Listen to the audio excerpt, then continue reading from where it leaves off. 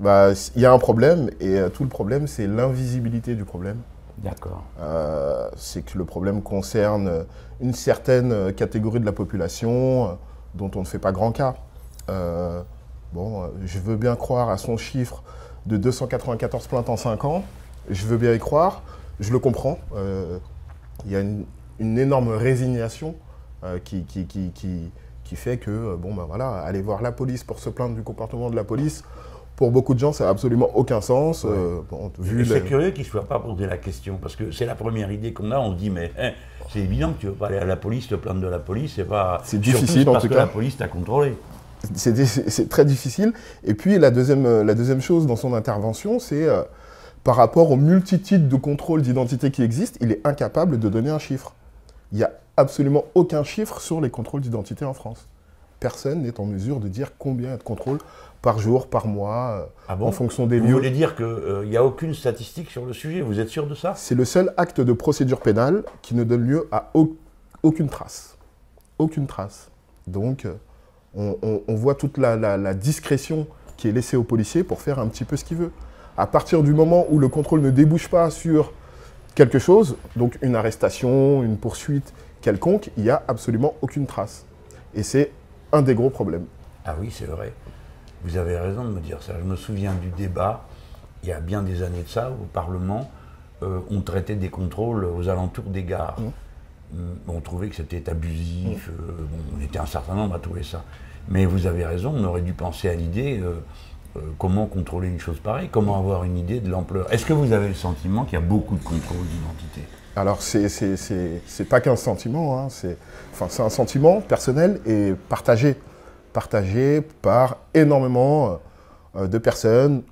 Le problème des contrôles d'identité, c'est pas un problème, hein. Le seul souci, c'est que les contrôles au faciès, les contrôles abusifs, ceux qu'on dénonce, sont basés sur l'apparence des personnes et pas sur leur comportement.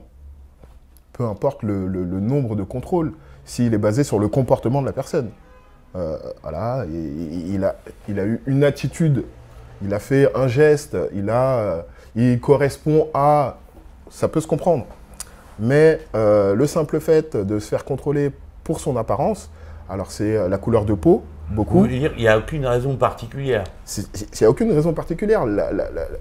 L'ultra majorité des contrôles, et ce qui le montre bien, parce qu'en France, il n'y a pas de chiffres, donc c'est assez difficile à démontrer, mais du coup, c'est aussi assez difficile à démentir, c'est dans les autres pays européens. L'extrême majorité des contrôles ne débouchent sur rien. Donc, dans le meilleur des cas, merci, au revoir, et dans le pire des cas, vas-y, dégage maintenant. C'est vraiment l'ultra majorité des contrôles. C'est ça que vous êtes en train oui, de c'est les raconter, formules des policiers, c'est comment le contrôle se termine. Il s'est rien passé, c'est absolument invisible. Et toute la question, c'est comment rendre ça visible. Ça a un impact. Ça a un impact. Je vous laisse imaginer ce que ça peut être en tant que jeune. Hein. Moi, j'ai grandi dans ce quartier, là, juste autour. En tant que jeune, d'être contrôlé très souvent par les policiers. Mais qu'est-ce que vous appelez très souvent? Très souvent, alors ça peut être plusieurs fois dans la même journée. Ça peut être plusieurs fois dans la même journée. C'est pas tous les jours, plusieurs fois, mais ça peut être plusieurs fois dans la même journée. C'est très souvent entre 12-13 ans et la vingtaine d'années, parce que c'est quelque chose qui se concentre. Et c'est tout le problème, notamment sur ces âges-là. C'est plusieurs fois par semaine, c'est plusieurs fois par mois. Alors ce point est le plus important dans notre entretien, parce qu'avant qu'on se voit, j'ai fait des petits tests avec mes amis, en demandant qui avait déjà été contrôlé et combien de fois. Et ce qui était extraordinairement surprenant, c'est que personne n'avait jamais été contrôlé, jamais, de sa vie. Si bien qu'on était tous, en parlant, sidérés de se dire « Ah bon, mais qui est contrôlé ?» Ouais, juste évidemment, je répondais bah, « Justement, on va en parler, regardez l'émission et tout ça. » Mais c'est ce que vous disiez tout à l'heure, c'est cette invisibilité qui fait qu'on n'en parle pas. C'est ça. Mais vous, alors, quelle est la réaction? Moi, j'imagine ce que ça peut être, hein, si vous me cherchez comme ça. J'imagine la réaction de plein de gens. Qu'est-ce qui se passe? Qu'est-ce que vous ressentez à ce moment-là? Le sentiment, c'est l'humiliation. C'est clairement l'humiliation. Pourquoi l'humiliation? Parce que on ne l'explique pas. on est incapable de mettre un raisonnement derrière le comportement qu'on a face à nous. Voilà, d'accord. Donc c'est vraiment un sentiment fort d'humiliation. Et puis, enfin voilà, pour un gamin de 12 ans, 13 ans, 14 ans, 15 ans, c'est très compliqué de comprendre. Et puis c'est la construction du rapport à la République, à la communauté nationale. C'est clairement une manière de dire toi, vous êtes sur le côté, vous n'êtes pas comme les autres. Je pense que ça a énormément d'impact dans la construction des jeunes dans les quartiers comme celui-là, par exemple. C'est un phénomène qui se concentre beaucoup au-delà des gares, au-delà des points de passage. C'est un phénomène qui se concentre énormément dans les quartiers populaires. Attendez, on va s'attarder un peu là-dessus. Qu'est-ce que vous êtes en train de me dire? On ne parle pas de contrôle dans les gares, dans les aéroports, on parle dans le quartier. On parle aussi de cela, parce que cela aussi, et il y a une étude en 2009 qui l'a montré très clairement. Ils ont fait une étude scientifique, enfin voilà, irréprochable, hein, qui est unanimement, dont la solidité est unanimement reconnue. Ils ont fait ces contrôles-là au niveau des gares. Et au niveau des gares, ils ont montré que les contrôles étaient très majoritairement basés sur l'apparence des personnes et pas sur leur comportement. Qu'un noir avait 6 fois plus de chances de se faire contrôler qu'une personne perçue comme blanche. Qu'un arabe avait... Une personne perçue comme arabe avait 8 fois plus de chances d'être contrôlée qu'une... Et puis, ils ont montré comme ça tous les éléments d'apparence qui pouvaient entrer en jeu dans la sélection par rapport à la population disponible pour être contrôlée. Ça va être les jeunes, ceux qui ont un style vestimentaire identifié comme jeunes, ceux qui sont un petit peu à la marge. C'est quelque chose qui va toucher aussi... je ne sais pas, les gothiques, donc il y a vraiment un fort prisme sur l'apparence dans la sélection des contrôles d'identité. Oui, donc ça, c'est la question des gares. D'accord. Mais je ne dis pas que ça soit excusable parce que c'est une gare. Non, hein, non, mais j'avais du mal à comprendre pourquoi, dans le lieu de résidence, où la police est quand même... c'est la police du coin. Donc absolument. Au bout d'un moment, tout le monde connaît tout le monde. Et ce qui est aberrant, c'est que moi, plusieurs fois, ça a été « Issa, tes papiers ». Donc le policier savait exactement. Donc le contrôle avait un autre objectif que simplement de contrôler l'identité de la personne. Et donc voilà, on essaye de comprendre, on essaye d'expliquer. Et en fait, c'est quelque chose qui relève de la relégation sociale. C'est très dur à vivre. Mais attendez. Qu'on comprenne bien ce point. Donc, vous êtes dans votre quartier, dans ma rue, vous habitez d'habitude. Les policiers qui sont là, c'est ceux du commissariat du quartier. Du poste qui est à 50 mètres. Voilà, donc tout le monde connaît tout le monde. Tout le monde connaît tout le monde, tout le monde voit tout le monde plusieurs fois par jour. Bon, et quelle est l'explication qui est donnée quand... Alors là, vous êtes contrôlé combien de fois, on va dire, dans une journée? On va parler de vous, hein, comme ça. Moi j'ai été contrôlé 3 fois, 4 fois dans une journée. La plupart du temps, il n'y a aucune explication qui est donnée. Même quand elle est demandée, pourquoi vous me contrôlez, il n'y a absolument aucune explication qui est donnée. Même quand on demande. Même quand on demande. Et au contraire, le fait de demander, ça peut être quelque chose qui va faire monter la tension et faire dégénérer le contrôle.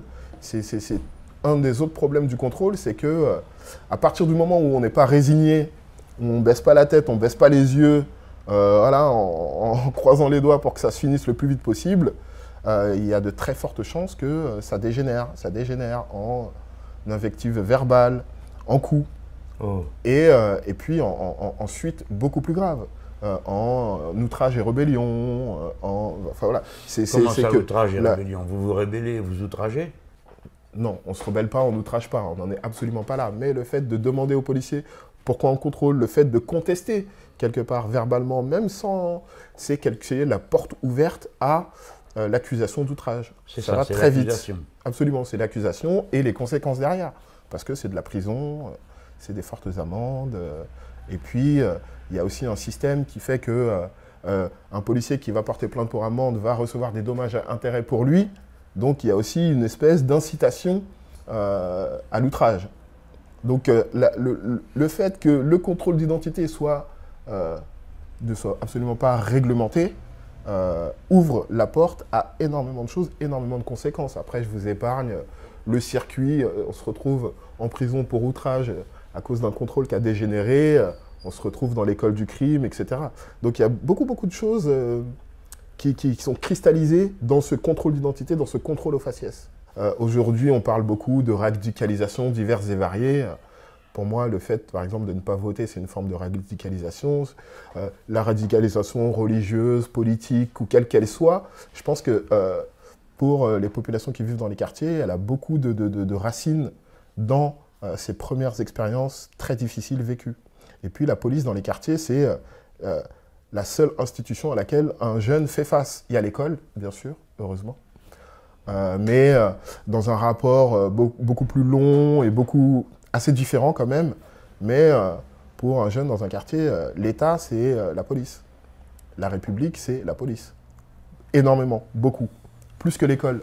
L'école, du fait que ce soit quelque chose de quotidien, c'est plutôt des personnes. Ça va être un attachement très personnel aux profs, aux différents personnels de l'éducation nationale. On ne va pas forcément faire le lien tout de suite avec l'État, la République. Mais le policier, donc c'est ça. Il a l'uniforme. Et puis, et donc, pendant tout un temps de construction, c'est lui qui va représenter l'État, la République. Et puis, donc, son comportement va forcément influer sur la perception que la personne va en avoir de cette République. C'est à Monsieur Ali Diouara pour le groupe La France Insoumise. Merci Madame la Présidente. Ma question s'adresse au ministre de l'Intérieur. Savez-vous qui a dit « Quand on a une couleur de peau qui n'est pas blanche, on est beaucoup plus contrôlé, on est identifié comme un facteur de problème et c'est insoutenable ». Ces mots, ce sont ceux du président de la République qui vous a nommé à ce poste. En 2017, le défenseur des droits, un homme issu de votre famille politique, menait une large enquête sur les relations entre la police et la population. Son constat était implacable. En France, un noir ou un arabe a 20 fois plus de risques de se faire contrôler que les autres. Depuis, le Conseil d'État l'a écrit noir sur blanc. Je cite, « Les contrôles discriminatoires existent et ne se limitent pas à des cas isolés. » Depuis, la France a été condamnée à de multiples reprises pour des contrôles d'identité discriminatoires.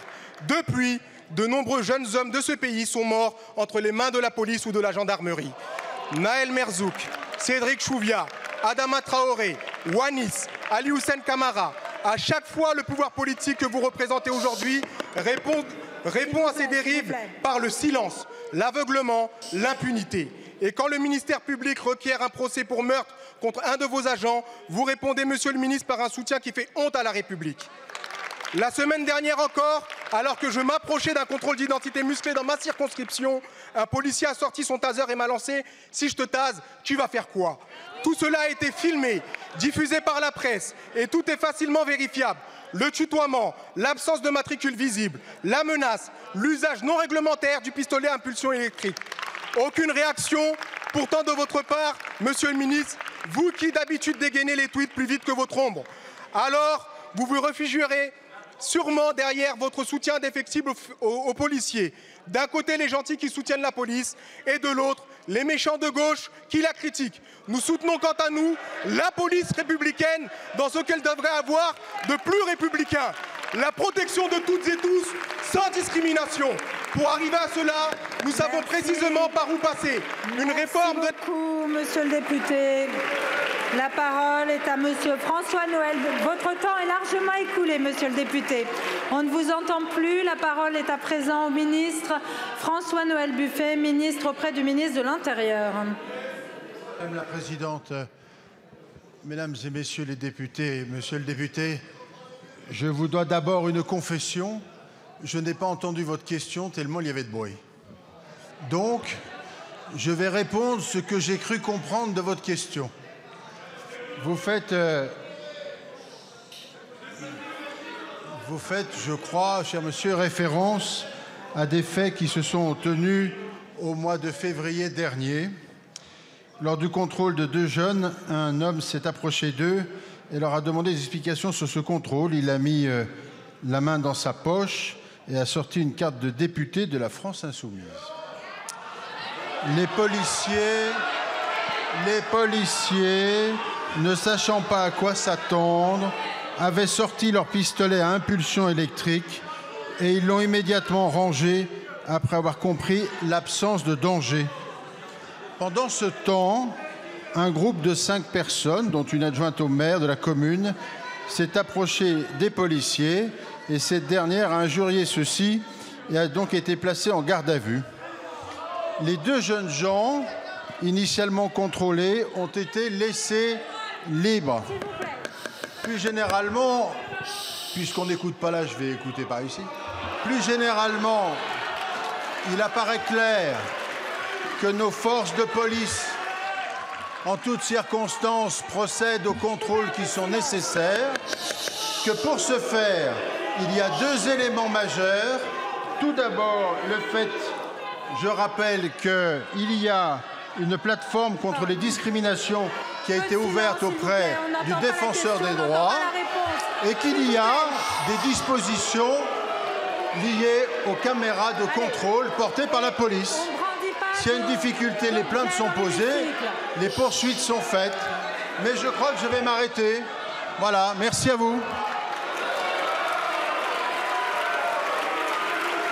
Merci, monsieur le ministre. Allez, s'il vous plaît. Allez. Bon. Un peu de silence, s'il vous plaît. Allez, s'il vous plaît, ça suffit maintenant. On va laisser... Alors, s'il vous plaît, Madame la Présidente, on va pouvoir continuer